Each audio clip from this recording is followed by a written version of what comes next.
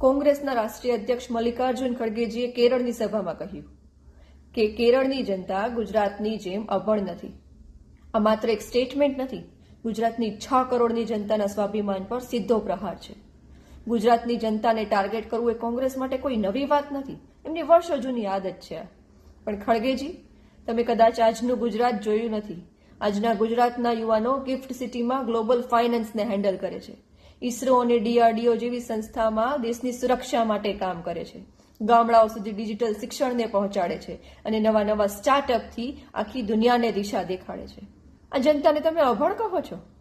ખડગેજી, તમારા આ પ્રશ્નનો જવાબ ગુજરાતની જનતા તમને ગુસ્સાથી નહીં આપે.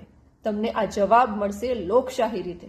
મને પૂરો ભરોસો છે ગુજરાતની જનતા પર કે આગામી સ્થાનિક સ્વરાજ્યની ચૂંટણીમાં આ પ્રશ્નનો જવાબ તમને આપવામાં આવશે કોંગ્રેસ મુક્ત ગુજરાત બનાવીને. કેમ કે આ ગુજરાત છે, અહીં જવાબ શબ્દોથી નહીં પરિણામથી આપવામાં આવે છે. જય જય ગરવી ગુજરાત.